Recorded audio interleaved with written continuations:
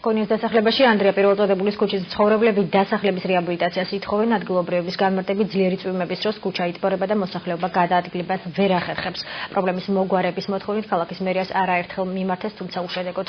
მერიის კეთილმოწყობის სამსახურში აცხადებენ, რომ განაცხადი აღნიშნული დასახლებიდან მხოლოდ გუშინ შევიდა და ამ ეტაპზე საქმის შესწავლა მიმდინარეობს. ბავშვები ვერ მიდიან. სკოლა, რა ქვია, სამსახურია, წვიმს, ეზოებში შემოდის წყალი. რამდენჯერ მივმართეთ მერიას, წერილობით მივმართეთ, მაგრამ არავით არის პასუხი. ერთჯერ საერთოდ არ მოგწეს, არც პასუხი არ. მეორეჯერ აი გუშინ კიდე აი ესეთი წყალი იდგა, რომ საშინელება იყო. განაცხადი შემოვიდა 19 მაისს, მიმდინარე წლის 19 მაისს.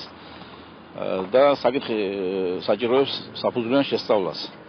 იმიტომ რომ შემოერთებულ ტერიტორიებზე არ არსებობს სანიაღვროს სისტემა და აქედან გამომდინარე უნდა მოხდეს დაპროექტება ან რაღაცა დროებით მაინც იმღები საწრეტი ჭის გაკეთება და აი ამაზე მიდის მსჯელობა.